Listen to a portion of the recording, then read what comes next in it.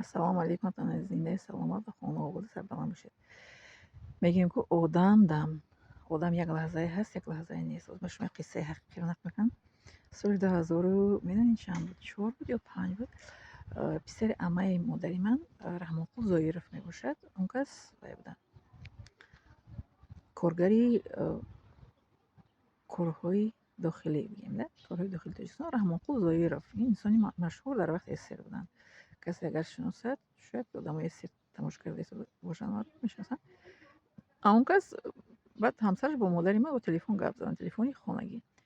Модарамро гуфтанд ки биёед ҳоҷи биби хонаи мо нашинем, хуштомадам омадааст. Модари ҳамон хешамон Раҳмонқул Зоиров. баъд вақте ки телефон гап заданд, бародарамро Ошоҷонам ба ман гуфтанд ки акаҷонатро гӯй ки омадам ора барам ба хонаи хешамон. Ман акаҷонам телефон кардам, акаҷонам гуфтанд ки баъди як ним соат меям. Омаданд акаҷонам, баъди ним соат омаданд ёки 20-25 дақиқа гӯем, ҳамин то ним соат омаданд. Мо тайёр шудем, моро гирифта оварданд. Омадем ба хонаямон хешамон. дарошон кушодагӣ, стуло мондагӣ, мисли ки мисол худоӣ мегӯянд, худоӣ мекунанд, як масъала нагузаштааст. Бародарам гуфтанд ки чӣ дар хонаи ягон гап шудагӣ? Модарам гуфтанд ки ним соат пеш мо гап задагӣ будем. Ман гуфтам ки Фирӯзахон кани рафта бин чӣ гап шудааст. Ман баромада дидам ки манаҳи ҳамон занакро бастаанду нола карда истоданд. Зане ки бо модари ман ним соат пеш бо телефон гап задагӣ буданд. тасаввур мекунед, мегӯянд ки одам дам. Модарам ба бародарам гуфтанд ки набошад бачаҷон туям мефароӣ, як ду фотиҳа мекунӣ, баъд меравӣ. Набошад бародарам гуфтанд ки ман телефон кунам, ҷои кор да ки ман камтар дар инҷо чӣ мешавам мемонам. Бародарам моро бояд мемона гашта ба кораш мерафт. баъд мо фаромадем, модарам гуфтанд дидем одам дам. Ним соат мо бо ин зан гап задем, бо ҳамон зане ки аз дунё гузаштагӣ. Медонед, баъд пас аз он ки бо модари ман бо телефон гап мезанад, баъд ба хуштомадаш мегӯяд ки холаҷон, мегӯяд келинаш, мегӯяд келинҷон дастархон биёред. боз як хешамон ҳоҷӣ аст, ҷаҳонгашта аст, ҳамин қадар зани бохират асту зани вай аст, модари меҳрубон асту ҳамсари мисол меҳрубон аст. хешамон меояд ба шумо қиссаҳои хуб биён мекунад, қиссаҳои пайғамбарон, қиссаҳои хуби зиндагиро ба шумо хоҳад кард. ҳамин гуна мегӯяду мегӯяд маро мегӯяд қапин ки чӣ хеле шуда истодам. Рост ҳамин хел рост гап зада ҷона ба худованд месупорад. бисёр инсони хуб буданд. Инсони хуб чӣ хел бедодувоӣ. Он ҳамсоямон гуфтам мо ранги ҳайвон хар барои дод гуфта аз дунё рафт, ҳаромуш гуфтаҷ. ин хешаи мо бинед рост ҳамин хел шӯхӣ карда хандида ҷонро ба худованд месупорад. ҳамин хел меқапанд, аллакай ҷонро супордааст. меоранд дар хона, манаашро мебанданд, скори помощ мебиён, мегӯяд ки аллакай аз дунё гузаштааст. То 30 дақиқаи мо ки омаданд, аллакай скори помощ омадааст, оро дидаасту, вай кардаасту, айн кардааст ки аз дунё гузаштааст. ино чӣ накунед. дидед одам дам маънояш чист? дар байни 30 дақиқае ки мо гап задем, аз пеш аз 30 дақиқа зинда буд, пас аз 30 дақиқа омадем, инсоне ки бо модари ман гап заданду хурсандӣ карданд ки бо модари ман дидор мекунанду мебинанд, дидорро насиб набудааст. гуфти тоҷико аз дунё гузаштанд. ман намедонам одамдамро ман яким дар зиндагиам дидам. мегӯянд ки чуниян кай буд мо надиданд, лекин одамдамро ман дидам бо чашмам. ва ба шумо барои чӣ ин қиссаро ман қисса карда истодам, ки мо бояд ки амали неке карда бошем, ки дар вақти мурданамон ҳамин хел ҷонро ба осонӣ диҳем. ҳамсояи моро дидед, бадӣ карданду чӣ гуна аз дунё рафтанд ва инсонҳои неки модари ман, падари ман, ани хеши мо чӣ гуна ҷонро ба худованд чӣ хел бо осонӣ супориданд. ман монанди ҳамсоям буд чанд нафарои дигар дидагиам, ки ҳамин хел дод гуфтаю, вой гуфтаю, ҳаккас кардау, гуфтаҷико аррас карда аз дунё гузаштагӣ мебошанд. дидагиам ман, бале.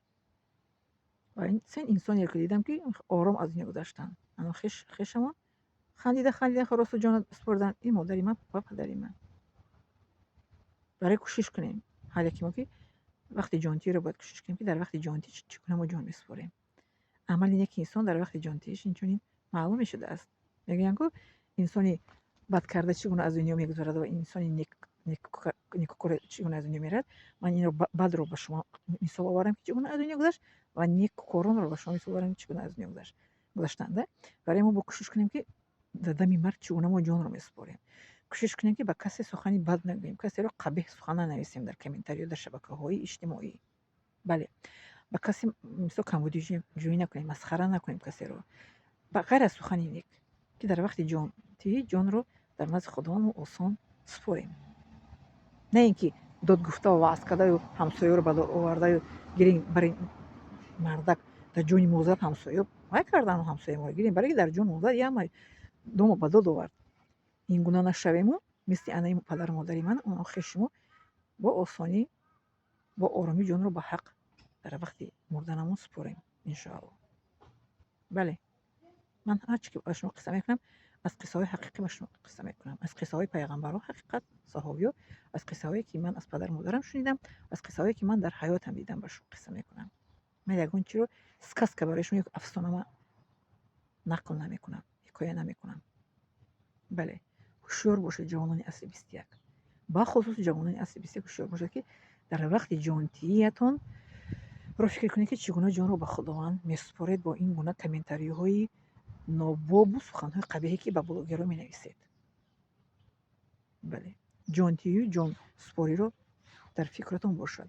ҳар рӯзу ҳар дақиқаи ҳар сония ки бинед ки одам дам дидед ки инсон ҳамин зан пеш аз 30 дақиқа буд зинда, баъд аз 30 дақиқа рафтем ки нест, аллакай аз дуниё гузаштааст. мо бояд ҳар сония ҳар дақиқа ҳар вақти худро бояд ки фикр кунем ки мо чӣ гуна ҷонро ба худованд месупорем. бале бахусус ҷавонони асри 21 ҳушёр бошед ки шумо бисёр гуфти кампир мусафедаку ай худ рафтагиен худованд намешиносед. худованд кӣ мешуморед ки ба блогерҳо суханҳои пасту ноҷо менависед. ҳушёр бошед. Боз мегӯям ки ҷонтӣ ва ҷонканиро вай кунед, фикр кунед. одамо пеш дуо мекарданд ки худовандо аз марги бафоҷо, аз кандани ҷон дуо мекарданд. бале кандани ҷон ана ин аст ки дар ҷон чӣ гуна инсон ҷонканӣ мекунад. не ҳамсояи мо чӣ гуна ҷонканӣ кард. чанд инсоне ки ман дидагиам чӣ қадр ҷонканӣ карданд. падару модари ман ва хеши ман он зан ҷонканӣ накарданд, ҷонро бо осонӣ супориданд. бинед ҷонсупорӣ чӣ хел асту ва ҷонканӣ чӣ гуна аст. ба шумо мисол овардам. ҷонканӣ ҳамсояро ба дод овардан асту, хештаворо ба ҷод овардан аст. ҷон месупораду ҷонро бо оромӣ супоридан. дуо мекарданд ки аз ҷонканӣ моро худованд раҳо бида ки дар мурдан ҷон наканему бо оромӣ ҷонро супорем. ман 3 нафаре ки ба шумо гуфтам падару модарам хешамон ҷонро бо осонӣ супориданд. инсонҳое ки корҳои нолоиқу носоишта мекунанд, ноосоишта нобоб мекунанд, чӣ гуна ҷон месупоранд. мисли хар мегӯянд. ма тоҷикои мо хар барин ҳангаз карда аз дуниё рафту, мисли саг мегӯянд ҷон доду, мисли ғайри дигар ҳайвонҳо. миннатдорам шумо.